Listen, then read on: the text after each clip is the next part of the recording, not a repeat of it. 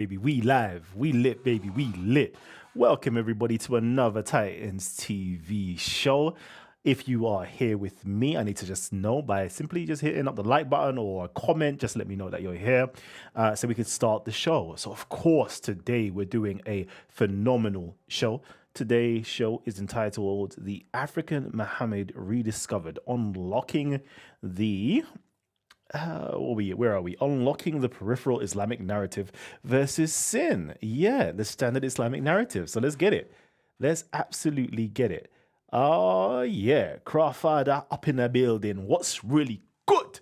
Okay, yeah, this is going to be a very powerful show indeed. It's kind of like it's a follow-on to the few shows that we've been doing in the past, talking about, technically speaking, it's the Afrocentric view on the origins of Islam. And what I mean by that is, let us look at what the Africans were doing in early Arabia and what transpired, right? Because we always hear about the Sassanid Empire, Persians, the Byzantine Empire, the Romans, etc. But we never talk about the other superpower, which is the Ethiopians. It's the Ethiopians are the only individuals that's actually mentioned technically, in Arabia, actually interacting with Muhammad, supporting Muhammad, and even converting to supposedly Islam or this whatever Muhammad brought, and protecting him and protecting his followers, etc. So much is written about the Ethiopians from the Islamic perspective, but when it comes to Western scholarship, nothing is really mentioned as much. It's not as prevalent when I hear it being talked about over the interwebs, and I don't know why. Oh. Hey, salutes to Rika B up in the building. So, let's actually get it in. Let's get it in. I'm just waiting for a few more people to trickle in before we do start off the show. And yeah, I like the show. This one is going to be a very powerful show. Afterwards, we are going to invite you guys in. We're going to set up a new show afterwards so that you guys can come on in and then we can have a nice discussions and flow. Yeah? Okay. And of course, if you want to support financially, somebody's been hollering at me to get a PayPal link set up. I will send something through or something like that to support if you guys want to do that supporting stuff. Yeah. All right. So let's kick off the show. Let's actually kick off the show right now. If you can, tell a friend to tell a friend that we're live right now on Titans TV and we're about to go in. Cool. So right now we're actually we're gonna go into something. Let me go over to this side. Here we go. Cool. So let me tell you guys a story of a man in the 6th century who is destined to be a prophet of the Arabian Peninsula. When I do talk, I would need some interaction with you guys, so please just comment down below at the end, okay? All right, let me tell you a story of a man who was let me tell you a story of a man in the 6th century that was destined to be a prophet of the Arabian Peninsula. He was a preacher who preached his message throughout Mecca to those who would listen. Gloom and despair was upon him, for he was cast out by his tribe. Fortunately, he was able to convince his followers to emigrate to Abyssinia, where he fostered a wonderful relationship with his Ethiopian king. As he grew in power and status, he was appointed military leader. He would regularly do dawah to persuade the Arabs to make pilgrimage to the Kaaba, but the people turned against him, which finally led him to make an expedition against them in Mecca.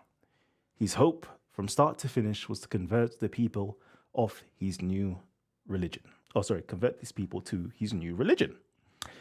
Now, this is where the interaction needs to come in. And, everybody, can I just get you to just type in the comment section, what's the name of this individual? What was the name of this individual?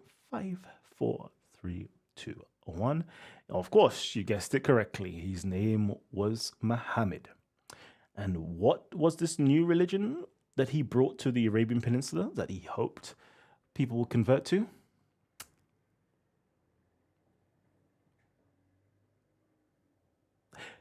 Yeah, that's right. Christianity. Christianity was the religion he brought to the region. And if you guessed it and said Islam, sorry, you may be wrong. Because this particular Muhammad that we're talking about is Muhammad ibn al-Khuza. Muhammad ibn al-Khuzar of the Ethiopian Empire. That was said, according to the standard Islamic narrative, to predate what you know of as being the Islamic prophet Muhammad. Okay, so let's get into this. Let's get into this. Okay, so for those of you lot who've been here before, you know of the general outline of the thesis. The general outline of the thesis is this: that the Christian proto-Muhammad was appropriated into the making of the Islamic Muhammad. Okay? Jeez. Man, like Raf's up in the building. Okay. So, let's go. Let's kind of expand on that a little bit for you guys. So, I love this little drawing here of the sin, the standard Islamic narrative. And we're about to poke a big pin. Even though there's several pins, yeah, but we're going to poke a big pin. What is the pin? The peripheral Islamic narrative. The peripheral Islamic narratives, plural, will definitely shatter the standard Islamic narrative. And I just can't wait until apologetics catches up to this. But academia, I just really want my academic folks to be speaking more on this type of topics here, because this is really where the history is actually at. Anyways, it says here, early Islamic historiographers gathered pre-existing reports and traditions that were floating around Arabia, pertaining to Muhammad, of course, and the early expansion, and arbitrarily organized them into narratives. Then from narratives to narratives with a chronological sequence. This process of forging history suffered from many additions, omissions, elaborations, and fabrications with every passing generation, which eventually caused a historical split, creating what we know on the one hand as the standard Islamic narrative, most popular thing that we all know about, away from the historical Ethiopian Arab narrative, which later got relegated to the periphery. And it's this peripheral Islamic narrative that we're actually going to be going into. This is the stuff that we need to be going into. Okay, so again, family tree, just, engage with us. I love that. Tell them to like up the show. Cool. So, of course, we've already introduced this individual many times on the show, but we're going to introduce him again. And this right here is Muhammad ibn al-Khuzar, or Khuzai. Now, this is the Muhammad that I really want you guys to get familiar with. It's like, I think we need to start bringing him to Speaker's Corner, like a big image, a big picture of this Muhammad. And we say Prophet Muhammad, okay? And we're going to trigger Muslims. I know we're going to trigger Muslims. And we're like, it's okay. We're not drawing any pictures of your prophet, although this is AI generated. But apart from that, we're not drawing any pictures of your prophet. This is not your prophet. This is another prophet that predated your prophet. That was the prototype of the making of your prophet.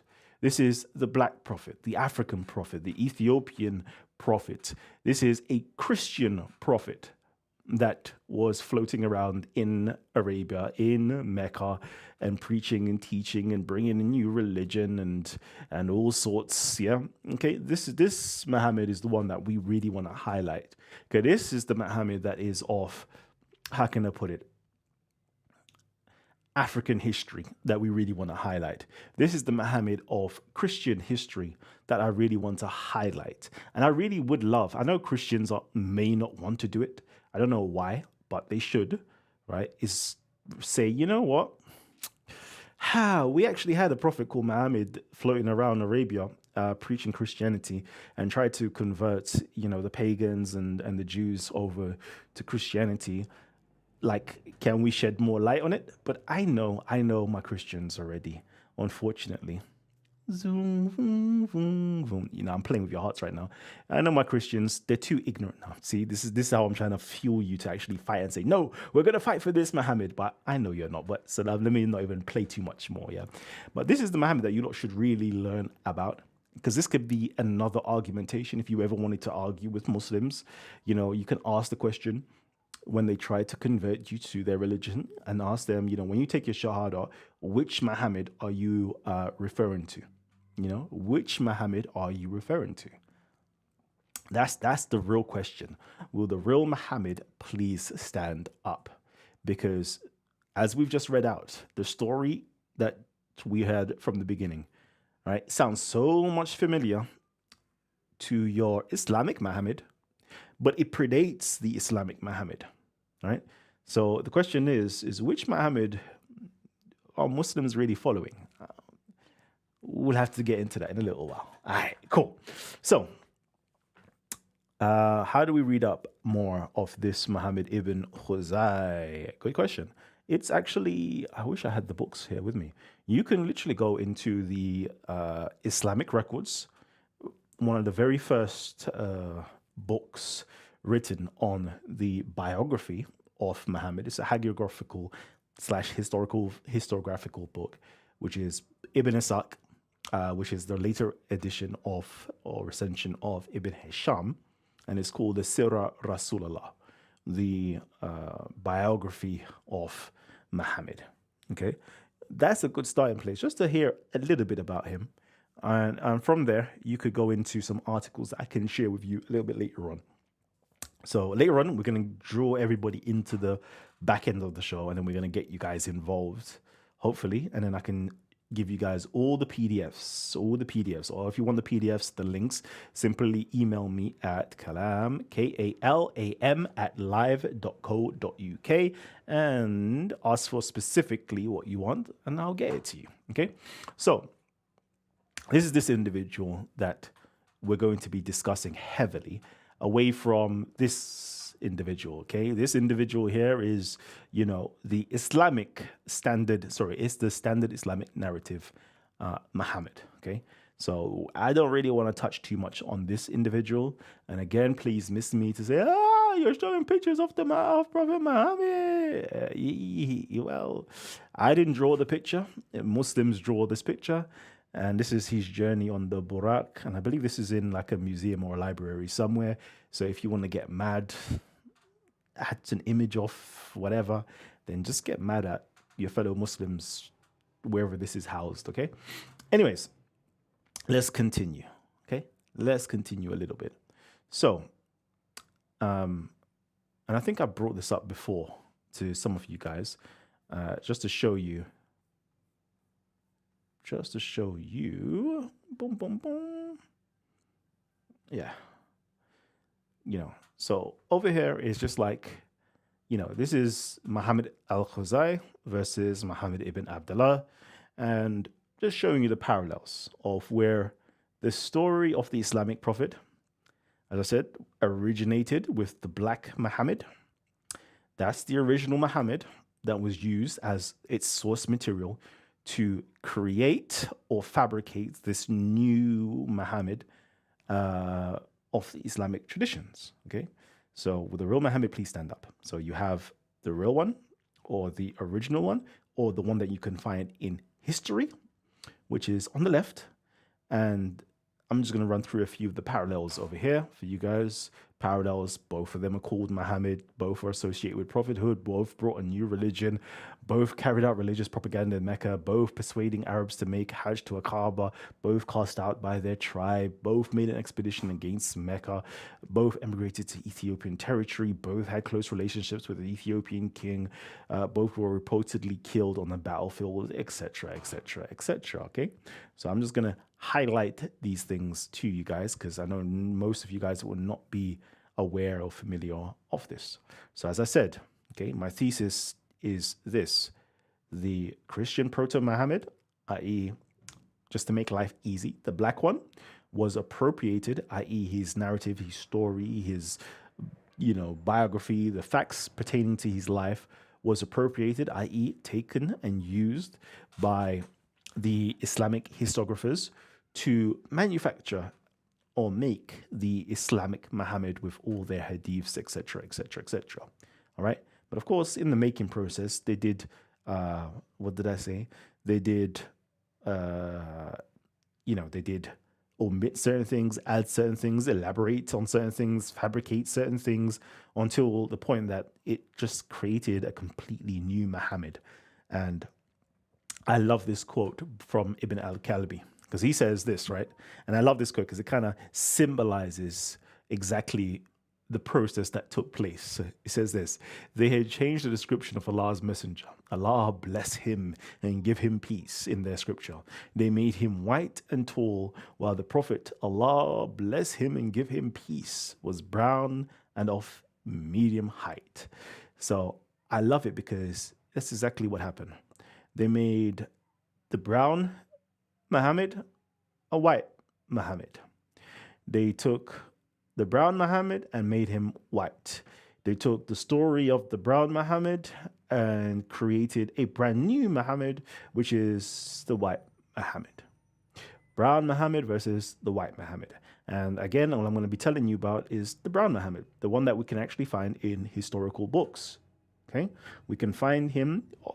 He may have different names in the Syriac and the Greek records, and we can literally show and prove everything that was going on in terms of in Ethiopia or Abyssinia and the Abyssinian Empire, all of that, the stories that you can find later on with inside of the Islamic stuff is like, it's happened like already. They just retrospected, I don't know, how can I put it? They just created something, a nonsense, and just tried to place it in history that has no historical backing. But that's a story for another day. We want to stick on point. So, well, what today, about the other cities I would that were in love that to area? show you. Let's ask and see if they are. Because there are a lot of cities in that area, or towns, not really cities. They're hamlets. And let's see if history knows about them. Let's look at Najran, which is about 400 miles south of it, a small little town. Sorry. But Strabo talks about it, Pliny the Elder talks about it, Ptolemy. I love this because this is Jay Smith. And I like him because I think he was one of the first individuals to kind of bring up the acronym of the standard Islamic narrative. And I think he does a very good job at, hold on, let me just make sure you lot can hear me. Testing. Yeah, you lot can hear me. He does a very good job, in my humble opinion, of deconstructing the standard Islamic narrative. Although there is faults in there, and if I want to pick, I could pick up faults, but he does a very good job in dismantling and deconstructing the standard Islamic narrative. So I'm going to let this video play so you lot can kind of have a little something. Critique of Islam, a quick overview, emphasis on quick. So let's head on. What am I going to do? I'm going to look at 4 areas. I'm going to look at the problem with the sources. Then I'm going to hit Mecca, go from there to Muhammad, and then from there to the Quran. We're going to end with the Quran because it's by far the most damaging material. Much of what I'm going to be introducing tonight, most of you have never seen before. And if you have, well, great, God bless you, because then you'll probably understand a little bit. But most of you, this will be new. What are the claims that the Muslims make concerning the standard Islamic narrative, S-I-N? Isn't that great? Sin. We're going to shut down sin tonight. The standard Islamic narrative are their traditions. This is what every Muslim needs to know. Though every Muslim, whether they are radical or nominal or liberal, how they walk, talk, eat, drink, sleep is dependent on those traditions, on the standard Islamic narrative. Now, they all believe, every Muslim would believe that Muhammad was the last and greatest prophet, born in Mecca in 570, died in Medina in 632, modeled Islam as a paradigm for the whole world, and received the Quran as his final revelation. Therefore, the Quran is his revelation, sent down between 610 and 632. It is the greatest, the only perfectly preserved revelation according to Islam, the final revelation, and it corrects everything that has gone before. Therefore, Islam, naturally, they would say, is their final religion based on Muhammad's life and saying, that's the Sunnah, and on the Quran's teachings. Conclusion? Well, obviously, they're dependent on 3 things: the book, the man, and the place. And that's what we're going to confront tonight: the book, the man, and the place. The book, the Quran, the man, Muhammad, and the place, Mecca. Since all 3 are foundational to Islam, without one of them, the others 2 fall. We should investigate all 3, and we're going to do that tonight. But in the 7th century, and in the central part of Arabia, the Hijaz, where Mecca and Medina are placed. To do that, we need to start with... Real quickly, this is the only thing that I disagree with for now. I disagree with Jay Smith on. It's looking for him in the 7th century. Why? My question to all of you guys is, why do you choose to look for Muhammad in the 7th century? What gives you the idea that he is in the 7th century? That's what I'm going to say. Why? Why, of all places? And I know the reasons why, right? But 7th century is the wrong place to look. And that is why all academics will tell you, nope, they come up short. They can't find anything in the 7th century. Yeah, because you're looking in the wrong time frame. You're following the standard Islamic narrative. All you have to do is go to the peripheral Islamic narratives. Okay? Let me just quickly do a quick debunking of something real quickly. Muslims will tell you that the Muhammad was born in the year of the elephant, 570. Okay, well, technically, 570 is 570 AD is obviously coming from the Westerners because they don't use 570. They use the year of the Hijri and all these things here, and they'll tell you no, it's born in the year of the elephant because that's how they calculate time. So we Westerners have co-signed and said no, this must have happened in 570 when it's false. No, if you know anything about history, and for example, let's go back and find the monuments. Let's go back because this is the Islamic time, okay, starts with the Ethiopian conquest of Arabia. It starts with Abraha supposedly marching in Arabia with elephants. We have monuments of Abraha. Archaeologists, historians will tell you that this happened roughly in the year 547 AD. So if this happened in the year 547 AD, why are we still parroting the lie of 570 AD if the story is true? We're just going along with it, right? If it's true, why are you starting in the year 570 when the year of the elephant or when Abraham marched was in 547? Then there's other records that says no, he wasn't born in the year of the elephant. He was born 30 years before the year of the elephant. So if we know that 30 years before the year of the elephant, 547, count back 30 years, that's 517. So why aren't you looking, for example, in the 6th century for that Muhammad? Why? Why is nobody doing that? Then even academia will tell you that, the whole, Muhammad receiving prophethood at the age of 40 is simply a topos. The number 40 is used as a topos to say, 40 means it's fulfillment. He reached the expansion, i.e. the four corners, east, north, east, south, west, 444, Moses 40. All this is symbolic numerology, basically. They know that. They even tell you that even the whole, Muhammad spending equal time in Mecca, 10 years, equal time in Medina for 10 years. This is all symbolical numbers. So why are you now utilizing the sin to find something? Sorry, the academia knows that this is, how can I put it, mythology. Why are you utilizing mythology to find history? It doesn't make any sense. So that's my only gripe. Why are you looking in the 7th century for a 6th century man? But anyways, let me not even criticize Jay Smith because he's the man. But yeah, let's go. With the sources. Where are we going to go? Where did all these stories come from? Everything we know about Muhammad, everything we know about Mecca, everything we know about the book itself has to come from a source. Now, let's go and look at that source, because this will underline why there's a problem with everything else tonight. Now, to be that, I want you to look at this map. Here's a map of the Middle East, of Arabia.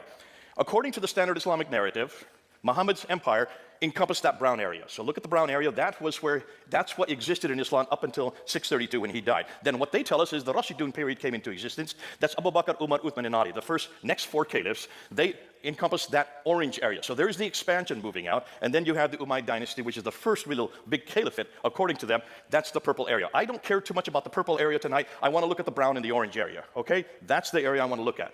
So from Tripoli in the west all the way to Afghanistan in the east, from Turkey in the north down to Yemen in the south. Bear with me, let's go to it. Now here's what they say. This is their narrative. This is not my narrative. They say that Muhammad was born in 570. The Quran was revealed beginning in 610. He then moves up and goes up from Mecca all the way up to Jerusalem, goes up to the 7 heavens, meets Allah, comes down, meets Moses, and finds out that he's to pray 50 times. Moses says, get it down. So he bounces back and forth between the 7th and the 5th heaven and gets it from 50 down to 30, down to 20, down to 10, down to 5 prayers. So that happens in 621. He then moves out of Mecca, moves up to Medina in 622, comes and takes over Mecca and defeats Mecca in 633, and then dies in 632. So that's the life of Muhammad according to their traditions. Once he dies, Abu Bakr takes over for 2 years. He dies peacefully. And then comes Umar, who takes over for 10 years. He does not die peacefully. He is killed. And then, of course, Uthman takes over, and he lasts for about 12 years before he is killed. But while he is there as the caliph, the Quran is finalized. So the Quran, the book we're going to look at tonight, was created. This book that I have in my hands right here is from Uthman. That's what every Muslim will tell you. And then when he is killed, Ali takes over, and he only lasts about 5 years before he is defeated there at the Battle of Siffin by Muawiyah. So, conclusion, Islam was fully formed in the Hijaz by 661. That's what they say. Do you all believe that? We'll say yes for now, okay? In about an hour, you can say no. But for now, let's just say yes. Go with me. Now, here's the question. Everything I've just told you, how in the world and where do you get it from? Well, you would hope that it comes from people that were actually living at that time, right? And from people who are actually living there, right? Eyewitnesses, like we have with Jesus. Matthew, he was an eyewitness. John, he was an eyewitness. You would hope the same thing would work with Islam. Well, let's go and see what we find. In order to know who Muhammad was, everything that we happened, everything that I just showed you, we need to go back to the sources for all these stories. Now, Muhammad dies in 632. The first source we get are his, what we know is his biography, known as the Sirah. So who wrote the biography? Somebody who knew Muhammad, right? No. The first one they claim who writes it down was Ibn Ishaq, who died in 765. That's 130 years after Muhammad. Is there a problem there, folks? Okay, you're coming with me. Let's get near you. But we don't have Ibn Ishaq. We have to go to this guy here, Ibn Hisham. He is the one that actually writes down what Ibn Ishaq says, throws out most of it, and only retains what he likes. He dies in 833. After him comes al-Waqidi, who dies in 835. That's what we know about Muhammad. Nothing from Ibn Ishaq. So let's just get rid of Ibn Ishaq. Whoop, there he goes. But that's not the only thing we have. That's not the only. We have an enormous amount of material on Muhammad, on what he says. This is known as the Hadith. And the sayings, these are the sayings of what Muhammad said. They were first written down by al-Bukhari. Now look at his date, 870. You thought Ibn Ishaq was bad enough. This is 240 years after the fact. And after him, there's others like Sahih Muslim, Ibn Dawud, you have Tirmidhi, you have Majah, you have Abda, and then you have Nasai. So those are the six, what they thought authoritative hadith compilations that were put down. But look, they're all in the 9th and 10th century, right? And then you have two more genre of what we know as a standard Islamic narrative, the tafsir and the tahqiq. The tafsir would be the commentaries which explain the Quran, and then of course the tafsir, which would be the histories of all mankind up until Muhammad. First written down by al-Tabari. Look at his date. He died in 923.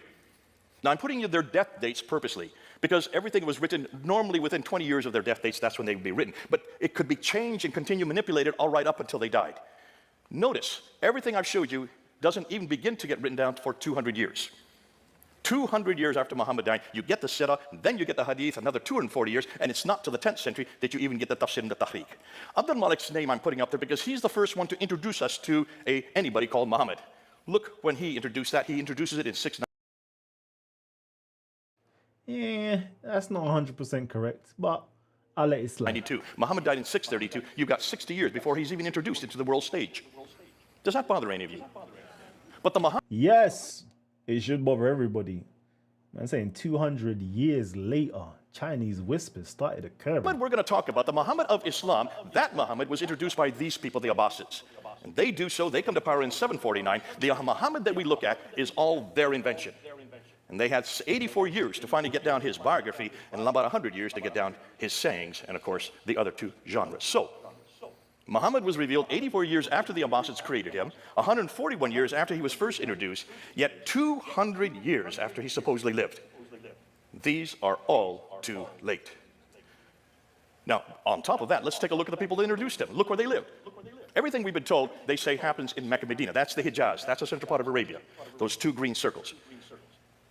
Yet all of the writers of those traditions worked in Baghdad, which is 1,200 miles too far to the north. You have Ibn Hisham, who was born in Basra. He grew up in Cairo, but he did his work in Baghdad. Cairo is over 990 miles from Mecca. Basra is... I think that's enough. I think we're good with that now. So, yeah, I really wanted to introduce that to you guys. Let's get to the main screen. Yeah, I really wanted to introduce that to you guys so you guys can kind of hear out the standard Islamic narrative. So anytime we're talking about the sin or the sin, you know what the Standard Islamic narrative is, and you can see how from a historical perspective, the sources seem to be very shaky. 200 years after the fact.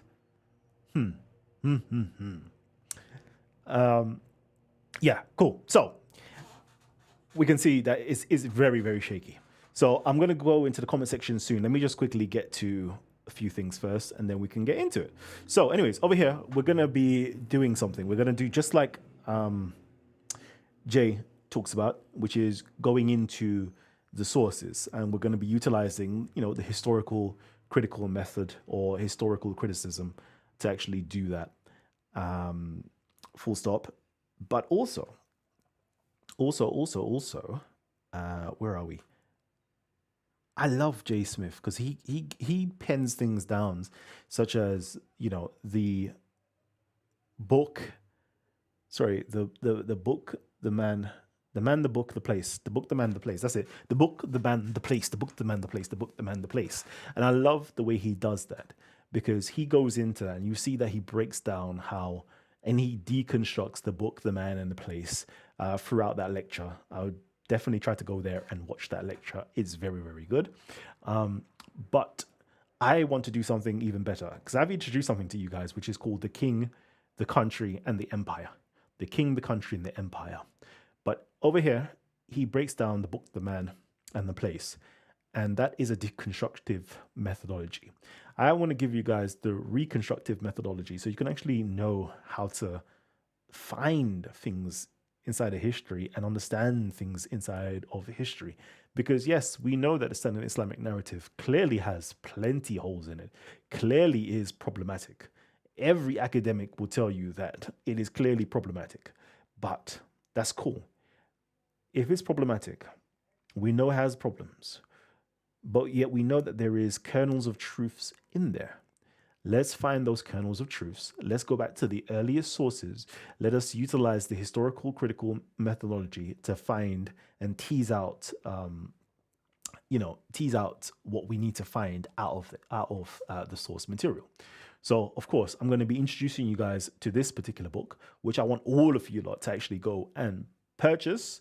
And if money is tight and it's a problem, I will share with you guys the PDF. All you have to do is simply email me, kalam@live.co.uk, KALAM@live.co.uk, and I will send you over. Just type in Mohammedan Empires of Faith, and I will send you over my PDF of this. It might have my highlights in there or not. I'm not too sure if it will transfer over.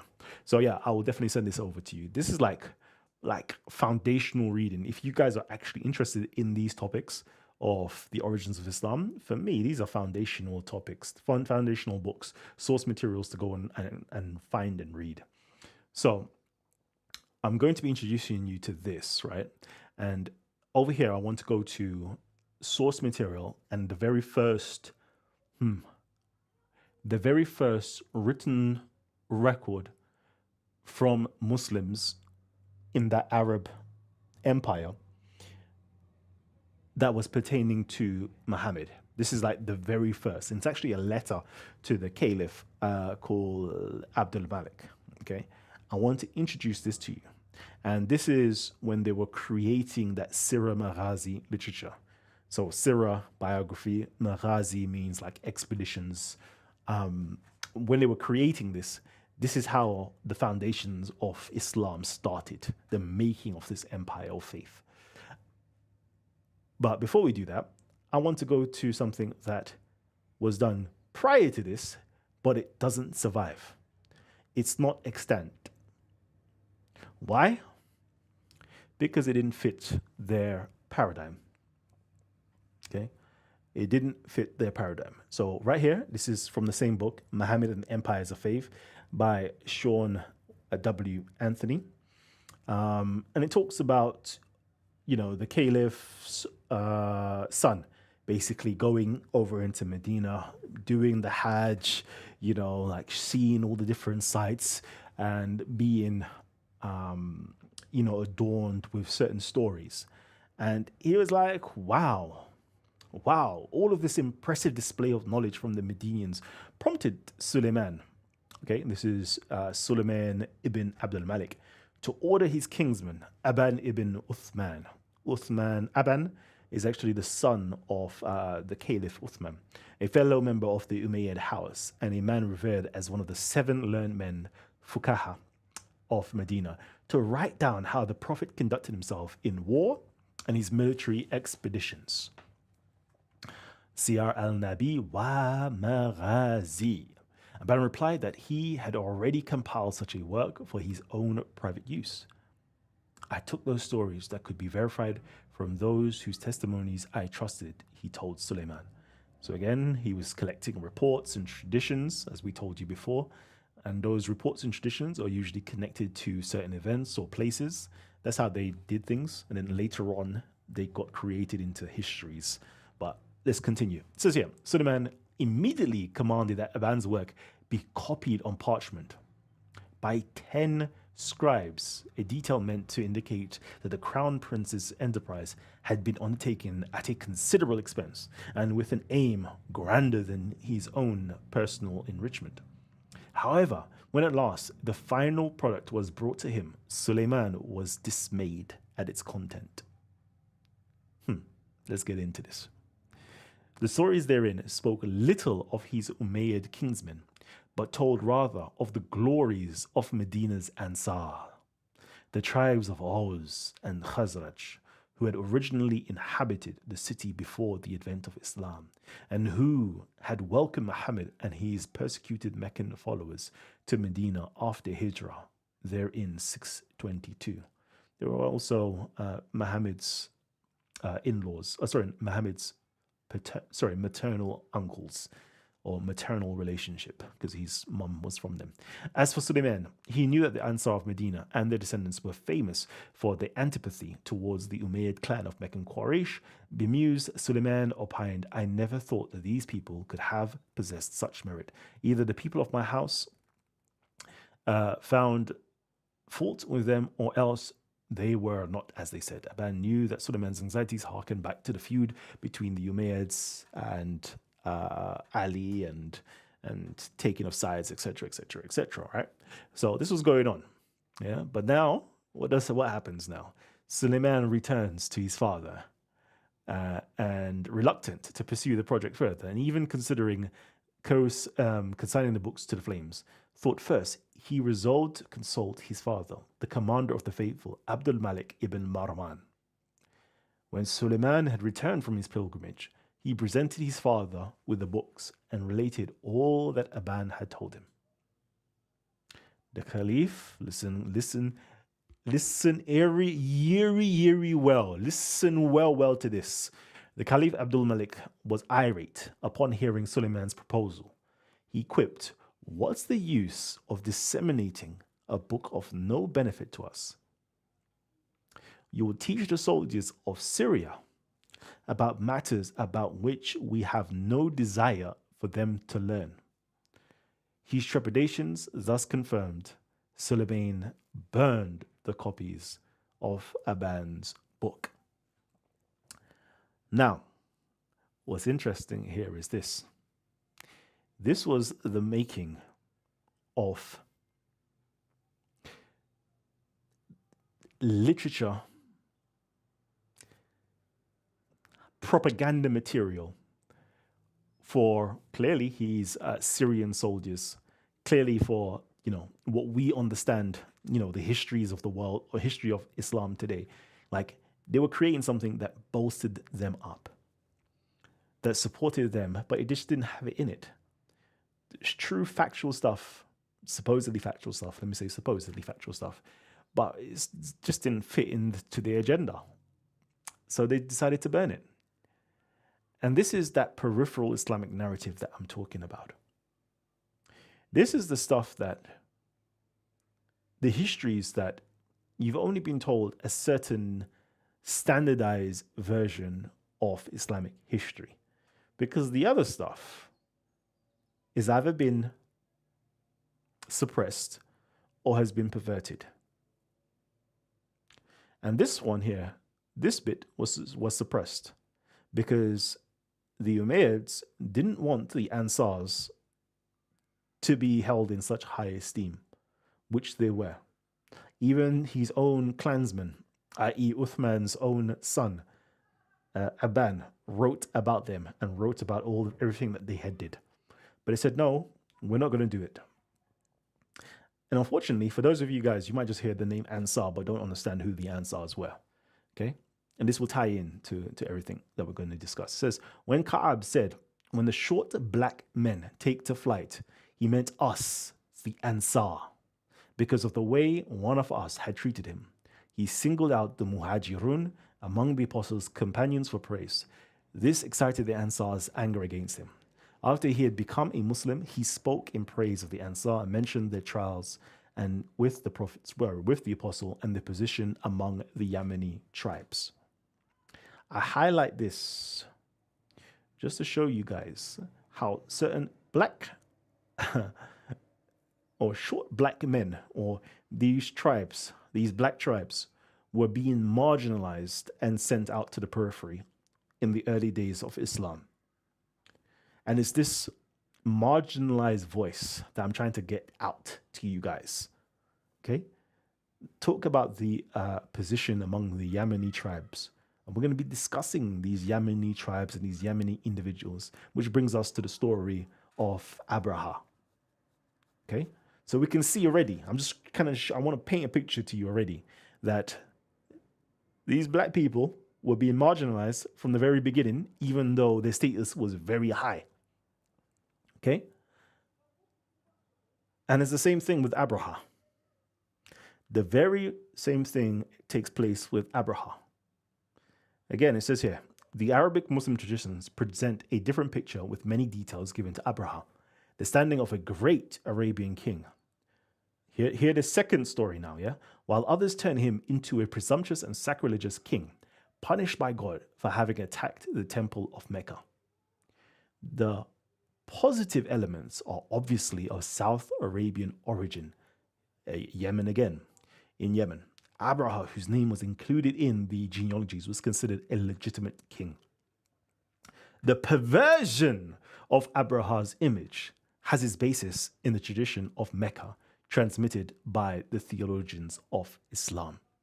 So again, I just want to highlight the standard Islamic narrative villainize certain black individuals, such as Abraha, but the South Arabian, Yemeni black tribes hold Abraha in such a high esteem.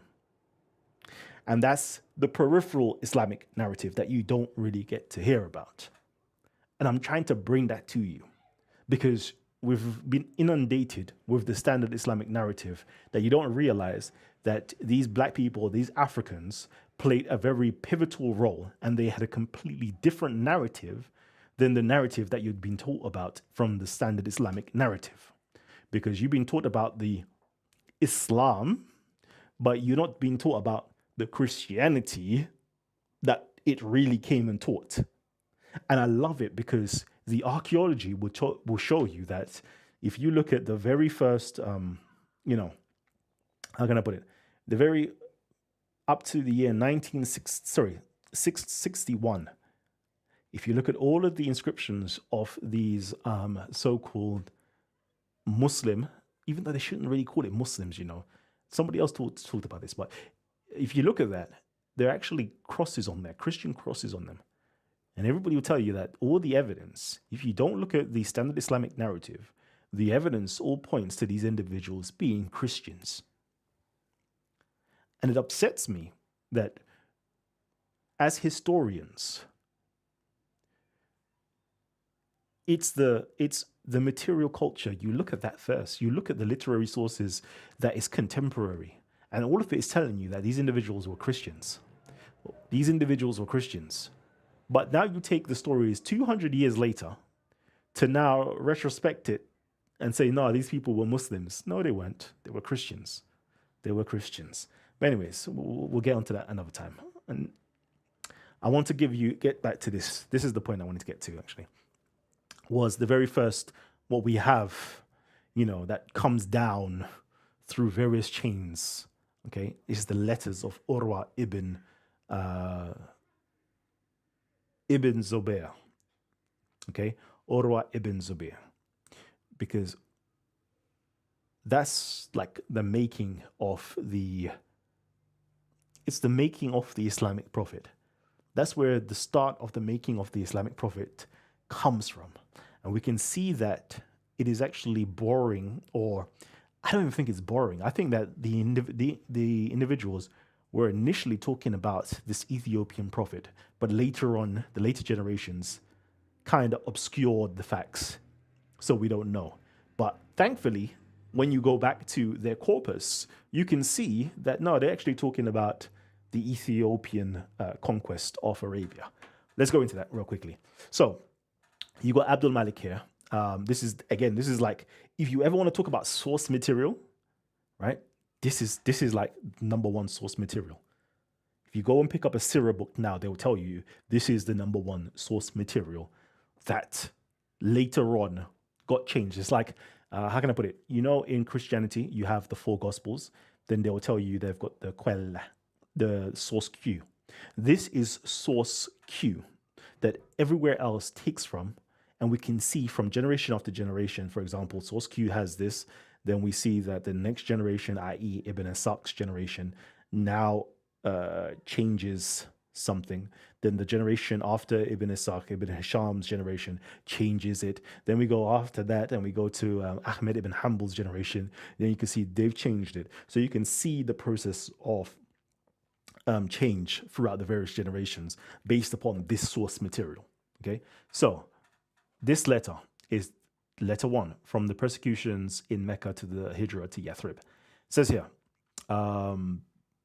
so yeah, to me, my father related to me saying, da, da, da, da.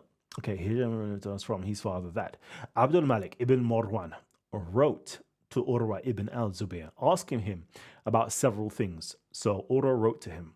So this is again the Caliph, Abdul Malik. You will hear a lot about Abdul Malik if you don't know about Abdul Malik now. He is, famed to be the one who really created the Islamic narrative of Islam and Prophet Muhammad, basically. He was the first one to really go in. That's what they say. I would really want to correct them and say, no, it wasn't. It was actually Abdullah ibn Zubayr. He was the very first one to do all of that. Okay, he was the first one. And that's why Abdul Malik utilized his brother,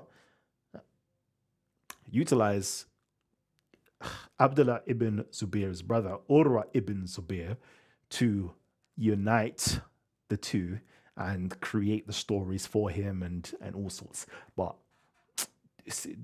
that day we will have to really do a deep dive if everybody wants to talk about that, or just read this book. Furthermore, just read this book and it will break it down for you. Anyways, it says here, Abdul Malik ibn Marwan wrote to Urwah, asking him about several things. So Urwah wrote to him, okay? Okay, peace be upon you. I praise God to you. There is no God but him. Now to the heart of the matter. You have written me asking about the departure, makhraj, of the messenger of God from Mecca. So I will inform you about it. There's no power, no strength except for him. So this right here, which we're about to go into, this is the very first letter. This is the source material. Okay, this is the source material. Let me just make sure I have it, because I don't even know if I do have it.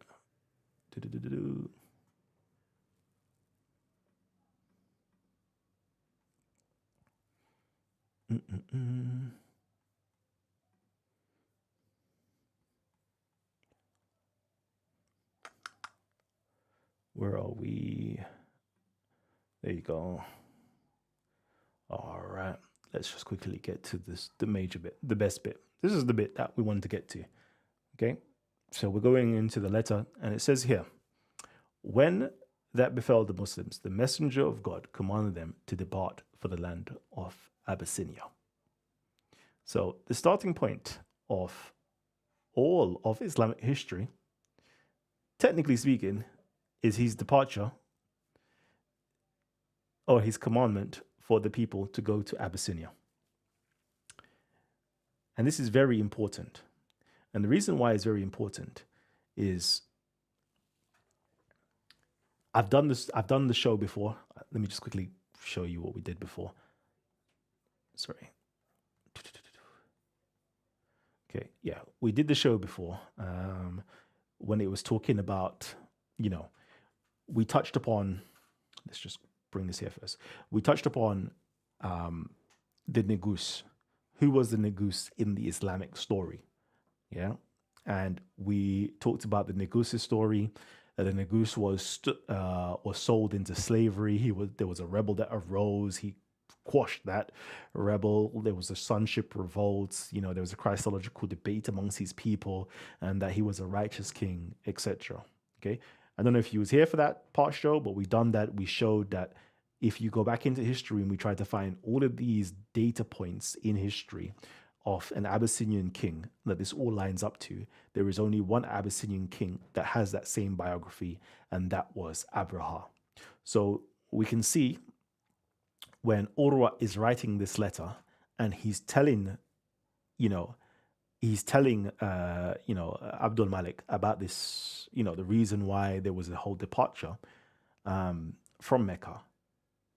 It was a departure to go to this Negus who was Abraha. But funnily enough, in the letter, it could either be from Urwah himself, or it could be further generations that kind of alter the letter. The name of this king is completely removed. Completely removed. And this is the myth that I'm talking to you about omission. People are omitting things from the records to just leave you in obscurity. Let me read this quickly though. When that befell the Muslims, the messenger of God commanded them to depart for the land of Abyssinia. In Abyssinia, there was a righteous king called the Negus. You know what that's like saying? There was a righteous king called the king. Like, Negus is not a name of somebody, that's just a title. Okay? Which is very interesting. It's like saying in Rome, there was a righteous king called the Caesar. It's like, huh? You haven't told me any new information, to be honest with you. You just given me an Abyssinian word for king. But anyways, none were oppressed in his land, and because of that, word of his righteousness spread. The land of Abyssinia was a destination for trade, where the Quraysh would conduct business and where they had found a lucrative livelihood, safety, and a fair market. So the messenger of God commanded them to go there. Most of them went there when they found themselves beleaguered in Mecca. He feared that the trials of persecution would do to them what would do to them. He himself remained and did not leave. Now, what I find interesting from this letter, when we start to be critical of all of this, is you've just gained your first followers. Your first followers you've just gained. Yeah? Your very first followers you've just gained. All of your followers. Now, because they're being hunted down and oppressed and whatever the case is, you send them all off to Abyssinia. But you yourself remained? What sense does that make? If we're being very critical, your only followers that you have, you send them away and you yourself didn't go? This is where you can see they started changing things inside of the narrative. Because the earlier narrative of the other Muhammad, he migrated to Abyssinia with the Ethiopian king, i.e. Abraha. But this Muhammad, as we can see, it's an apologetic to say, yeah, everybody went, but guess what? I didn't go. He didn't leave. He didn't leave. I really wanted to have some time. I don't know if I have time to kind of show you that scholars already know that this is nonsense. Scholars already know that this is nonsense. Let's just dive into some of this stuff anyway.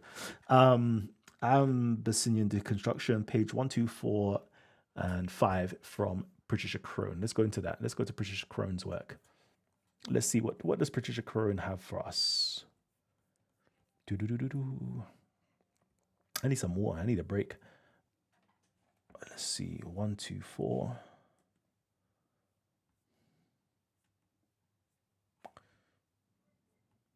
Okay. Do-do-do-do. Okay. Okay. All right. So here, Ethiopia is trading in Yemen with. Okay, let's see if it's from this bit. Anyway, trading in Yemen would thus seem to have meant trading in the area between Mecca and Najran on the fringes of the land occupied by Ethiopians and Persians rather than in Yemen itself. Okay, cool. This is called The Meccan Trade by Patricia Crone. And here, it says here, Ethiopia is a problematic case. It is identified as a Quraysh matchor, or like superstore, of some importance in both Ibn Kalbi's accounts and elsewhere. Yet there is practically no occurrence on the trade in question. One story has the Qurayshi traders returned from Ethiopia via the Yemen, but somehow the traders in question never have gone further than the Yemen. Okay, so what Patricia Crone has done, yeah, she goes back into, oh man, what I miss, says Sam Con. She goes back into the records and sees that, you know what, the whole story of going to Ethiopia is very problematic because there's no like real tangible record to say that they actually traded in Ethiopia. And we're going to find out what really took place. Okay, we're going to find out what really took place. It says here, there is no information on where the traders went in Ethiopia. The name of Adulis, the famous Ethiopian port, is unknown to the sources on pre-Islamic Arabia and the rise of Islam. But Callum, I swear you just said that they went to Abyssinia. Yeah, but the problem is, yeah, in history, we figure out that they didn't actually leave the Arabian continent to go to modern-day Ethiopia. There was another place that they went to that was also called Ethiopia or Abyssinia, which was on mainland Arabia. And we're going to jump into that in a hot second. Shaheed, page 13. Let's go. Do-do-do-do.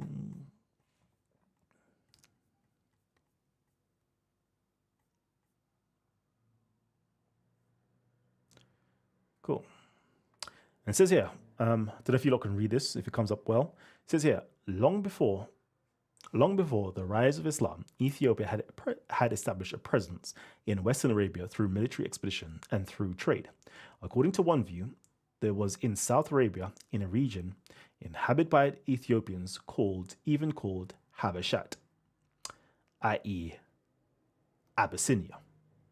So when we go back to the whole story of Muhammad sending his followers to, where are we? I don't even know where it is. Yeah. Sending his followers, I don't even know where we're supposed to be going. Anyway, sorry. Sending his followers to Abyssinia. The fact remains that it wasn't actually Ethiopia, mainland Africa that he sent them to. It was actually in Arabia, where there is a location in South Arabia called Habashat. Okay, and we're going to go into a little bit further. Let me just quickly just draw up a few of these things. Hekete, page 316. Let's quickly just jump to that quickly. Again, all of these places that we're jumping to right now, if you want the link, I definitely will send them to you. Via email, these books. Okay, it says here, when the Ethiopians, followers of Abraha, are mentioned elsewhere in the same inscriptions, they are referred to as Ethiopians, i.e. Habashat or Habish, rather than as Axumites, Axum. Thus, in one passage, Abraha's armed forces are said to have been comprised of both Ethiopians and Himyarites by the thousands, Habashat and Himyar, Alith. Ethiopians and Himyarites are paired in one other passage, recording their participant in repair work at the Marib Dam. So this is like, I wanted to bring this up to kind of show you guys that you've been here, like certain things that you've been told in Islam, like it sounds cute and sounds sweet, but you have to just verify these things, right? You have to verify these things. So when they're telling you that they did a migration to Abyssinia, no, they didn't go to Africa. They didn't go to mainland Africa. There is absolutely no records of them going to mainland Africa or the continent of Africa. They never went there. Okay? They actually went to South Arabia, to a region that was called Habasha, that was ruled by Abyssinians under the king Abraha. I just wanted to just get that across to you guys. I know it's like a little small, that may seem insignificant, but I know most people just don't know this stuff because, like, you just won't ever know this stuff. Anyways, let me continue. Crone 126. 126. Let's see. Patricia Crone 126. What do we have here? Residence. Possibility. Okay. Another possibility would be that Meccan trade with Ethiopia was not a trade with Ethiopia at all, but rather one with the Yemen on the Ethiopian rule. Cool. We have that already. Ethiopia to the exclusion of Yemen. If Habasha are meant Abyssinians, who have happened to be in the Yemen rather than Abyssinia itself, the claim would be less odd. So again, Patricia Carone is backing up exactly what what's his name? Irfan Shahid has stated in this book, talking about Habasha being in Yemen, and basically that's where they were trading. Backs up what George Hecate talks about, where there is Axum and then there's Abyssinia, and Abraha was the ruler of the Abyssinians, which was on the South Arabian Peninsula. Okay, cool. Let's see. Anthony, page 68. Let's quickly go to this. Now, the question is, like, how does he know? How does, like, Muhammad know that the land of Abyssinia was, like, a good destination for trade where the Quraysh could do, and that the Quraysh conducted business, etc., etc., etc.? Let's actually go into that real quickly. These are little small stuffs that I find interesting. Let's see. 68. Cool. Okay, reports circulated on the authority of Medinian scholar Ibn Shihab al-Zubayr, big boy scholar again. Anyways, let me not mention that. Mentioned merely a single journey south. So basically, Muhammad went on a single trade journey south into Tihama to trade on behalf of Khadija at the market called Habasha. Okay, Habasha. Again, if you know Habasha, Ahabish, all of these things, scholars are clearly known that this is an Ethiopian market. Okay. On a journey into Tihama, known as the Black Hijaz, that he went to the Ethiopian market, and you're wondering, how does he know? Why is there so much information? Why is there so much random information, about trade? That there was trade. Because he went to an Ethiopian market in, like, what's considered to be called Habasha territory that the Ethiopians ruled, and he was very much so familiar with the Ethiopian king. In fact, they were related, but I don't even want to go a sidetrack on that mission of sidetracking people, that the Ethiopian king and Muhammad and Jafar, who's said to be his brother, were all related. That's a little side part. I don't even want to go there with you guys because that's going to be something else. I know I brought this up on past shows, but I just wanted to show you the whole Ethiopian connection. If you know a little bit of history and understand the geography and the time frame, you'll understand these stories and how it makes a little bit more sense. Cool. Where are we? What page was that before? Sorry, 1 second. What page do we need to go back to?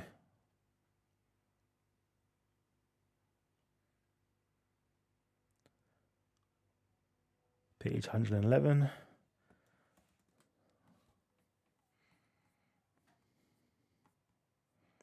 So, that's a trade where the Quraysh would conduct business, where they found a lucrative livelihood, safety in a fair market. So the messenger of God commanded them to go there.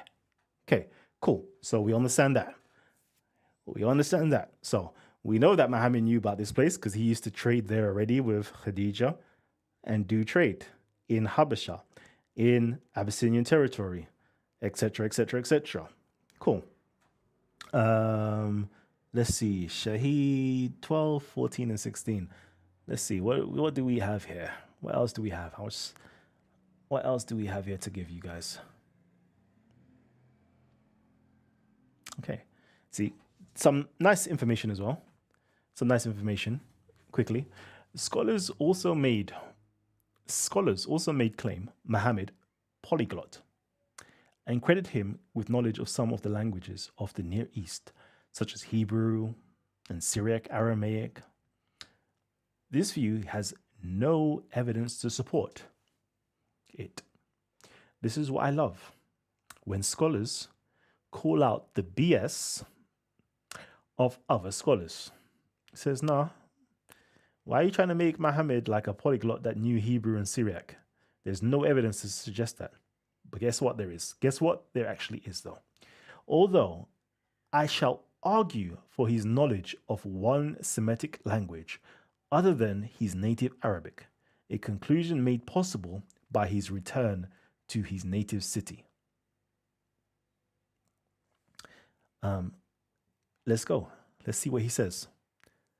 So he says he spoke another language, and we're going to figure out what other language it is.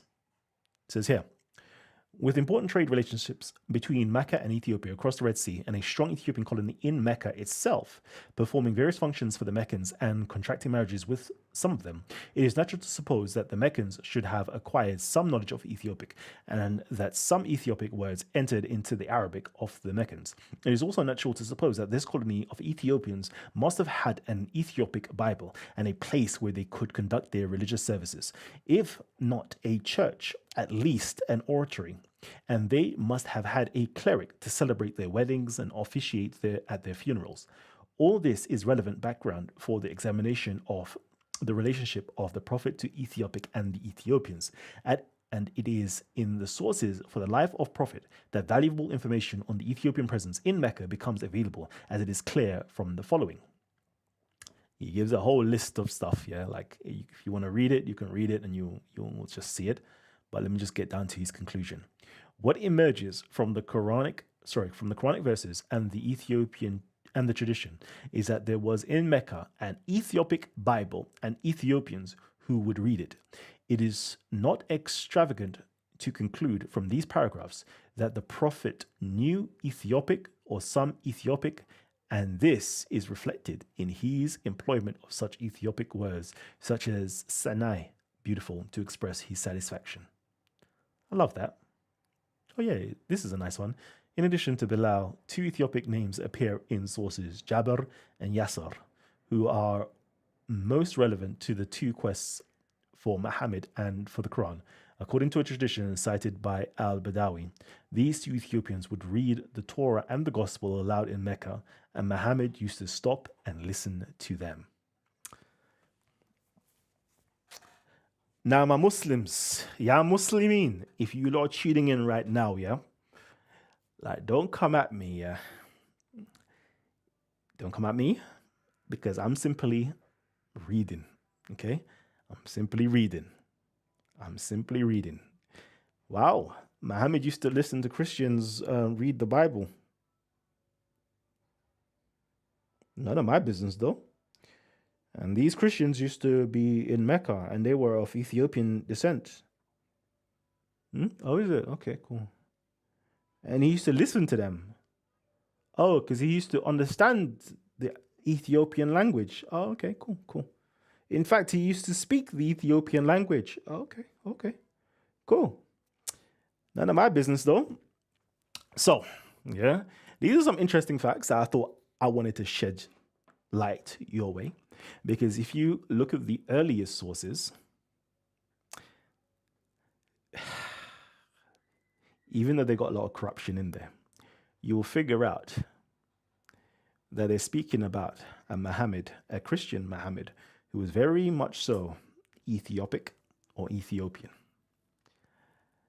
who had very much traveled to Ethiopian territory with his followers and taught something that was very much so Christian. But I know I haven't laid out all the argument. I'm just getting tired right now and I need some water.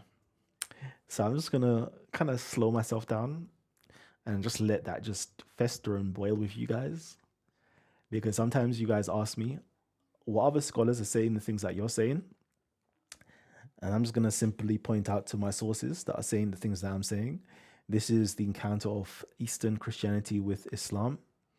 And there's a particular article in there from Irfan Shahid, Islam and Orient's Christians, Mecca, 610 to 622. In there, you can find everything that I've just kind of read out there. So if you want to know some sources, like, go there.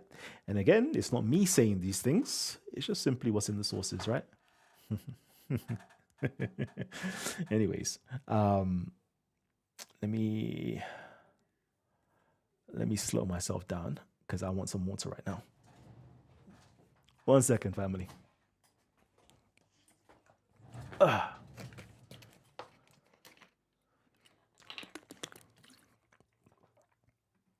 100% trolling. So yeah.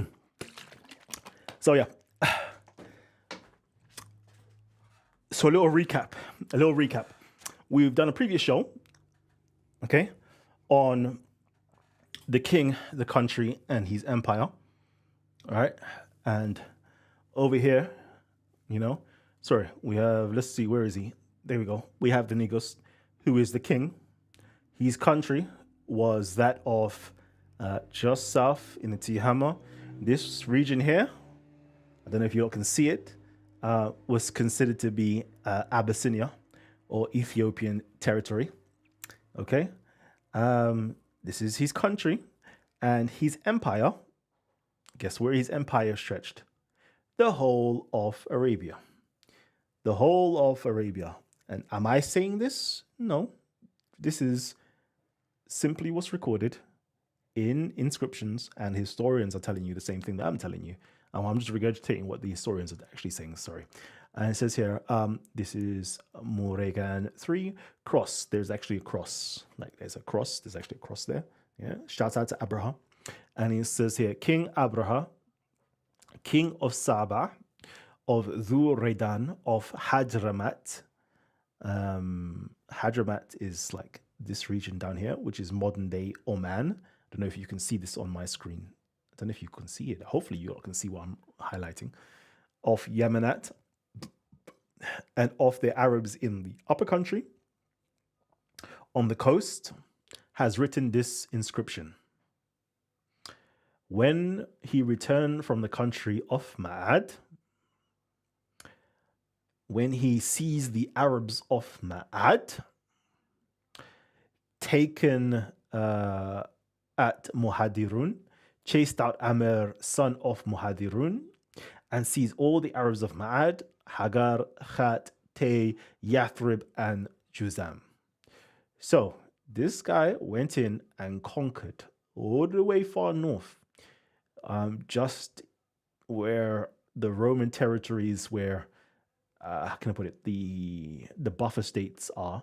He conquered here, all the way Yathrib, all the way down here to the bottom, Sa'na, Zafar, Aden, modern day Yemen, all the way across over here to Oman, all the way up here, Khat, Hagar, all the way into Iraq, into Persian territories. This is where his empire was. Okay? So when you hear that Muhammad comes and does all this other stuff, guess what? Guess what? The Ethiopian king and his prophet Muhammad did that already. Everything that you're talking about was done already. You'll find in his inscriptions that he sent out, they had delegations coming to Arabia from, Persia, Rome, blah, blah, blah. Everything that you'll find in the Islamic histories, talking about the delegations that came, was already done within inside of actual archaeology history that you can find pertaining to Abraha and he's Muhammad. And I just want people to start waking up to the fact that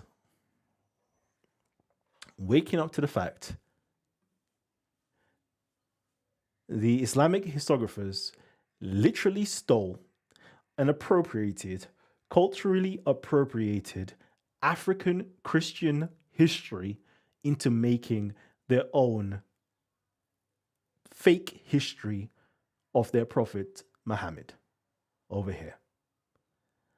I just want us to get to that point. When can we get to that point? Because if anybody wants to come and say something, I'm talking history, you're going to be talking religion to me. I'm going to ask you, prove to me that your Muhammad existed. The best you're going to give me is information that came 200 years later. I'll be like, I can prove my Muhammad existed by going to contemporary sources from Greek sources, Syriac sources, Ethiopian sources, Arab sources, archaeology, everything to prove my stuff. Where can you go to prove your own? You don't have it. And this is why I'm bringing the new shahada.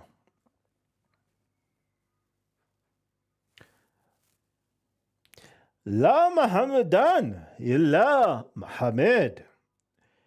There is no Muhammad. There is no Muhammad except Muhammad. There is no Muhammad except Muhammad. There is no fabricated Islamic traditional Muhammad except the historic Christian African Muhammad that conquered the Arabian Peninsula under its Ethiopian king, Negus Abraha. That's me. That's what I'm going to say. I'm going to just go through the comment section right now, look through it, answer your questions, read out some of the comments, and then we can talk. Okay. I will be sending out a link. I can create a link now, actually, afterwards, after I read out the comments, and get you guys in. And the best way to get my attention is one, via a super chat. And that gets my attention because it's nice and bright. Or two, simply tag Titans TV, and then it will highlight it as well, and it comes up and I can read it. Just make my life easier. Don't let me struggle through comments. Okay, that's how you can tell. Sorry, this is Raf. Or Iromon Sele. Iromon Sele. I don't know if I'm saying it correctly, okay? That's how you can tell the Quran's Islam is borrowing from a Syrian church of the East. Yep, Christology, theology with a Coptic Ethiopian Christianity culture. Yes, everything. Like if you just look at the way Muslims pray, go look at the way Muslims pray and go look at the way that Ethiopic Christians pray. And you can see that it's pretty much the same, just that the Ethiopians one is full of life. It's full of life and spirits and movements, whereas the Muslim one is more rigid and yeah, you can kind of see. All right. Even the word masajid or masjid just comes from the Ethiopian. Tawheed church, like all of it is just Ethiopian. Even the word Allah, that's actually the Ethiopian Christians of Najran. They used it. Abdullah is actually the same thing. It's all like coming from Ethiopic Christians, but because you lot are, and I have to say, because you're divorced from history and the culture, you don't know any better. You just think that it's the Muslimics, but no, this is actually Ethiopian Christianity that created all of this. Okay, and Christians are going to get mad at me because you are doing taqiyya, you're an undercover Muslim, and I'm like, for God's sake, like you can't win, because I'll get it from the Christians and I get it from the Muslims, and I'm like, you do realize I don't care like what religion you are. I'm not here to convert nobody to nothing. I just love history and I want to speak the truth. And you guys don't care about the truth. You guys just care about proving each other wrong. Well, I care about the facts. What can we actually prove that took place in history? And this is what we can prove that took place in history. And if you want to challenge me, please provide your evidence where I'm wrong. And you can't even say where I'm wrong, because I'm not even saying much, to be honest with you, because I'm showing you everything on the screen. Everything that I'm saying is coming from sources. This is why, this is what makes my life easy. Some of you guys have to make stuff up or lie. I don't. I can just source everything. And I'll be like, okay, cool. I didn't say it. The scholar said it. I didn't say it. The inscription said it. I didn't say it. The coin said it. I didn't say it. The letter said it. It's all there for us to read. Cool. Let's quickly go. Where is your Cash App, G? I don't have a Cash App. Somebody said my PayPal. I will try to give you a PayPal in a little while. I'll most probably post it. But oh no, I don't have a Cash App. I don't think. I think Cash App doesn't exist no more in the UK. I think. Yep. Samcon says he needs the link. Cool. Muslims would have you believe that stories of Jesus' virgin birth, etc., came out of a vacuum without the notion of borrowing from prior traditions. Exactly. God damn. Jeremy, I love you for that one. There you go. How is saying Islam is Christian in origin anti-Christianity? How is saying Islam is Christian in origin anti-Christianity? You know, this is what baffles me at times. Aladdin says he sounds like an anti-Christian teaching about Chris, thinking he's smart. Okay, cool. Let me go through. Why is Abraha depicted as dark skinned? Most Abyssinians are not dark skinned. The reason why he is depicted as being dark skinned is because ChatGPT, the prompt was 6th century Abyssinian king. So that's what ChatGPT gave us, a dark skinned Abyssinian king. And I've had this argument with somebody else before to say, this is what Abyssinians look like. I'm like, you lot are under the impression that because you see maybe lighter skinned Abyssinians or lighter skinned Eritreans and Ethiopians, that there aren't darker skinned Ethiopians and Ethiopians in existence or Arabs in existence. That's number one. You're going on like the older generations, like 500, just have to go 500 years back or 1,000 years back, weren't darker skinned. And you'll have to go back into history and understand that they were mixing with other groups of people, such as the Nubians, the different kingdoms that were there. The Nubians, you have, the Oromo people. You have so many different groups of people. And you're thinking that they can't be dark skinned. Bro, I will tell you now, I don't know the complexion of these people. I can tell you what they're written about inside of text, to say that they were brown-skinned people or dark brown-skinned people or whatever the case is. I can give you, the descriptions, what's written about, but to say, I can't tell you phenotypically how these people looked. We'll have to now start picking up their bones and actually do the whole reconstruction. But again, this is what ChatGPT has produced. Not ChatGPT, AI has produced. My bad, not ChatGPT, AI. The Quran is like, it's very interesting. Why is it looks like? Okay, cool. Man like Kwame been dropping bombs for the whole show. Cool. All right. Why the obsession with trying to paint all things black? Okay, the obsession with trying to paint all things black. So would you prefer me to paint, even though it's not me painting, again, it's not me painting, would you prefer me to paint things white? I don't understand. We're speaking about Africans who are being described as being brown-skinned people or black-skinned people. But I don't know. Help me. No, why would you say Haile Selassie? Like, why don't we look at Haile Selassie's father or grandfather and see, why does he have to look like Haile Selassie? Because Haile Selassie is light-skinned, right? But why can't he look like Haile Selassie's father or grandfather or brother even? Let's see if I can share screen. Let's go. Yeah, share window. Let's do that. And let's go. Yeah, let's see if I can do this. No, show me this. Okay, it's not doing that. Give me 1 second.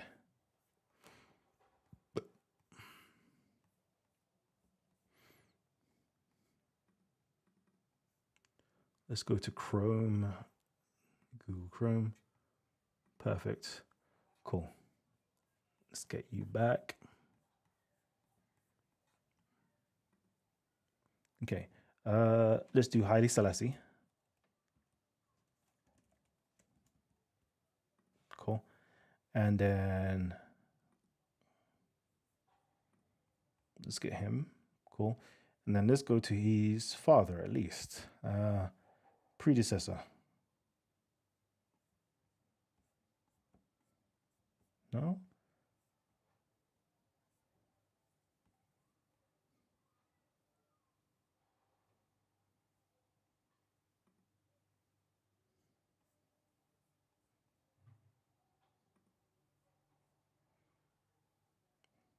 You know, why don't we show pictures of that? You know, the dark skinned,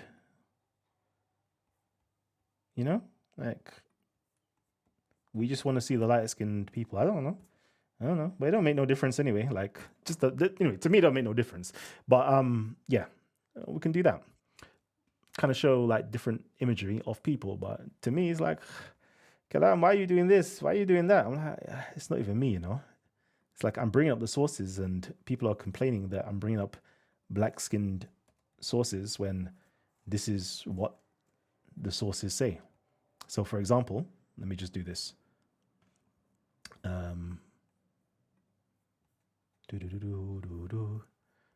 Let's just do the screen share PDF. Cool. Banu Salim. Cool.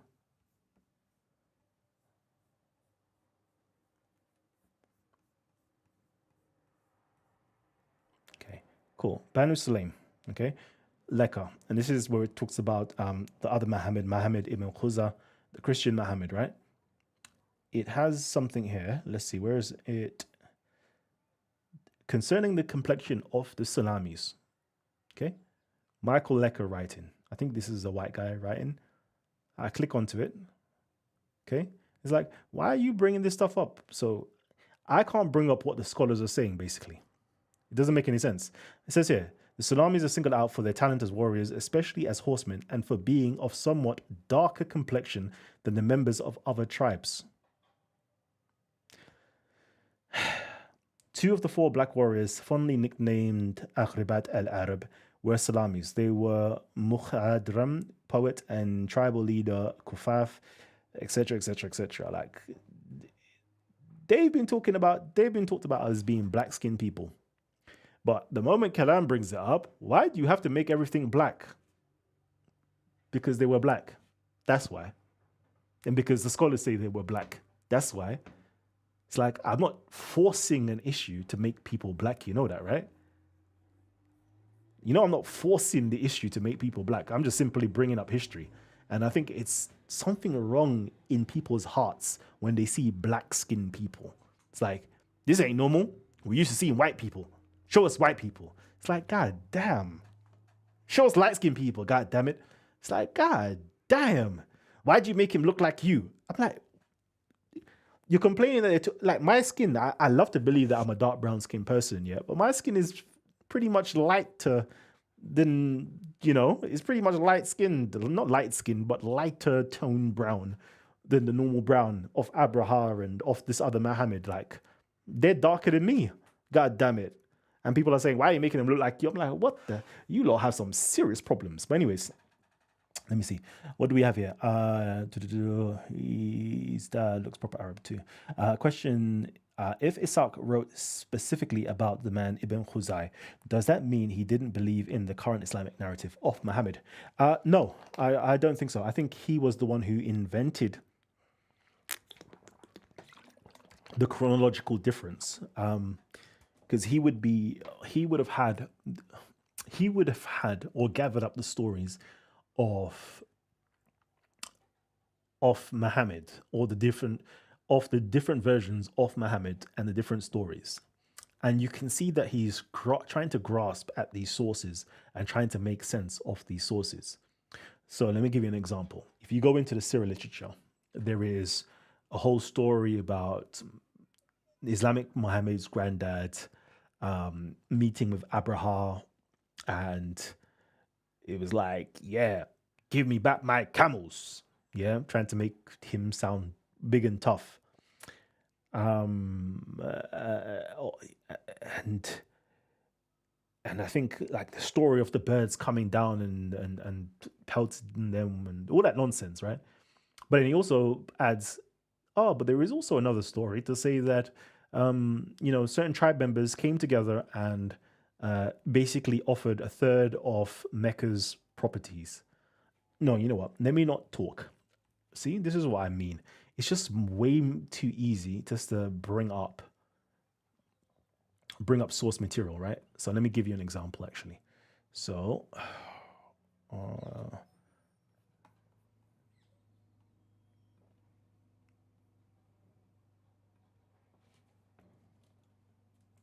Sirat, Sirat, Sirat.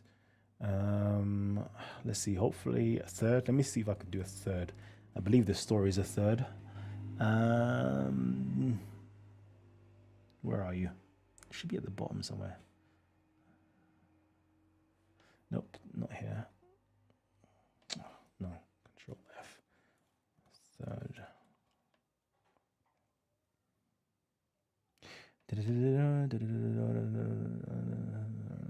Okay, there you go. I think this is it. Okay, okay. So anyways, yeah, so this is page 25. Yeah, page 25. Close this down. Page 25. Okay. He told him to imprison a unique. Destroy Abdul Malik Talib said, "I'm the owner of the camels, and the temple has an owner who will defend it."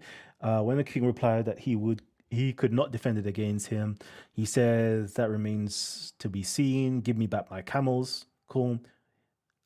Now this is another story. So this is Muhammad's grandfather talking all the big uns, Abdul Muttalib talking all the big uns to Abraha, and then critical mind will tell you who shut up. Somebody's just invaded you. You're talking about you have no power to actually fend them off, and then you're talking big talks and all you want back is your camels because you just know. So like any historian will tell you that this is nonsense. Anyways, but he gives you another account. He says here, some learned people alleged that when Abdul Muttalib went to Abraha, so this is the peripheral Islamic narratives that you have to really pay attention to. That's the one above is the standard Islamic narrative that they will all tell you about to make it sound, fabulous. Went to Abraha. When he sent Hunata to him, there accompanied him Yamur ibn Nufatha. Anyways, the names. At that time, chief of Bani Bakr, Khuwaylid, then chief of Hudail, they offered to give Abraha a third of the cattle of the lowland on condition that he would withdraw from them and not destroy the temple, but he refused their request. But God knows whether this was so or not. At any rate, Abraha restored to Abdul Muttalib the camels which he had taken. So we can see there is one story, a long story up here. You'll have to read it yourself because I ain't got time for that, a long story that even starts over here, over here, long story that, Abraha spoke to, Abdul Muttalib, and he's like, I don't care about all of that. God will protect, I just want my camels back. Bad man talks, And then we now read that the learned people said, no, that story didn't actually take place. They all came humbly, which sounds more believable, and offered a third of the cattle of the lowland on a condition that he would withdraw and not destroy them and the temple. Because he's saying the temple, but I'm sure it's not just going to be the temple. And then you now want to say, but at any rate, so this is not even, see, now you have to read history now. Let me see if I can do this. Let me see if I can do this. Okay. Some learned people, blah, blah, blah, on a condition that they withdraw and not destroy the temple. Boom. But he refused their request. The question is that where the story stopped? He will withdraw from and not destroy the temple, so doing a third. But then he refused their request. Does that sound probable? Historical criticism. Does that sound probable? Yes or no? Sounds probable that he wouldn't have refused and he would have taken a third of their property. That sounds, or he would have just taken all of their property, full stop. Anyways, but God knows whether this was so or not. You see, now he's adding his own little bit. He doesn't know if this is so or not. At any rate, Abraha restored to Abdul Muttalib the camel which he had taken. See, at any rate, how do you know this happened? You just want to make Abdul Muttalib sound big and bad, or he really did return it. See, this is when you have to start doing history. It's all long, but yeah, like you can see that they know about these diverging narratives, but they're trying to make sense of it. So they know about these two Muhammads. So how do we make sense of this? Oh, they know about the story of Muhammad. How do we make sense of this? What we can say then, because we believe that Abraha is a bad guy, so therefore the Muhammad that we're hearing about can't be the same Muhammad as our Muhammad. So therefore, we're going to place him in the time of Abraha and make him a different Muhammad, and he's going to be a villainous Muhammad versus our Muhammad. Do you see? This is kind of what took place within the structuring of history of Islam.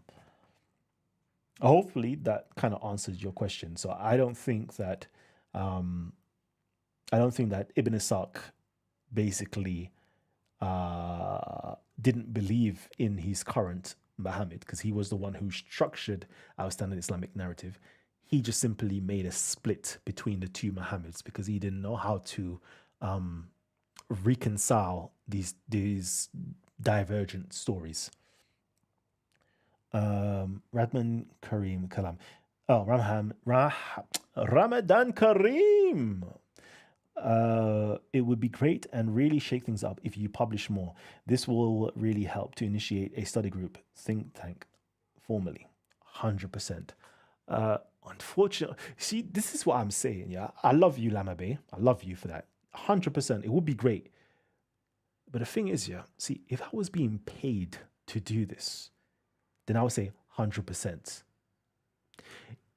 If I was being funded by an institute to do this, then yeah, 100%. I would take time out, put all my research together, write things up, publish it, go to university, even do like a quick master's, like do a quick little master's, and that's a year course to get my master's degree on Islamic studies, for example. Like do a quick course, do that, publish work, and all them things there. But the thing is, I can't. I've got a life. I've got businesses. I've got family to look after. I've got all of these like responsibilities. And it's like, I would love to do that, but I can't do that. I'm doing this so that you guys will be inspired, yeah, to actually do that work. You guys, please create the study groups. Let me feed you guys the information, yeah, and kind of show you where to go. And you guys do this because I don't have the time to do it. Like it's my passion. I'm interested in this stuff, but I can't do it. Unfortunately, I would love to do this, but I can't do this. Izana referred to his person and his subjects as Ethiops. Don't seem like they would have disagreed with ChatGPT too much. Yeah. You're right, Callum. It makes no difference. Cool. Yeah. So yeah, family tree. Let me create a StreamYard link to get you guys in. Bear with me. Oh, let me share my preface. Boom, boom, boom, boom, boom.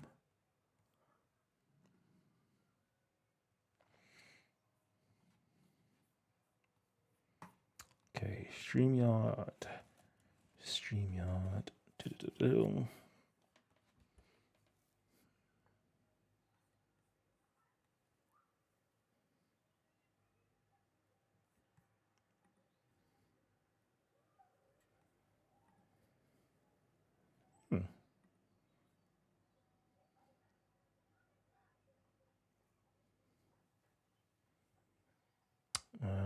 Enter studio. Oh wow, demo scene. I didn't even remember even doing all of this. Okay. Let's add this to stage. And let's do an invite, copy this. And close that down. And then here's the link. And I know like you guys always come in, yeah? like when I close the show down, I beg, come in while the show is actually still live, innit? Yeah, do that. Come in while the show is still alive, because everybody comes in when the show is shut down. Let's make sure that my screen is showing cam link. Boom. Make sure the audio is testing. Don't know if that is going to be working. Let's put that to the road. Streamer main testing. Yeah, that's working. And then nope, I can't hear that. So let's make sure that is on main again. Yeah, that's working. Perfect. Cool. Yeah, so the link has been shared. So if any of you guys want to come in and talk or ask any questions or make any comments, please come in and do so. Please do that before the show shuts down. We did have Isa al-Mahdi from, I believe he was from the US. He was Ahmadiyya. He wanted to come in and talk yesterday. If you're there, come on through. Anybody else that wants to come on in. Anybody wants to say that Kalam, you're wrong, please come on in and do that. That'll be fun.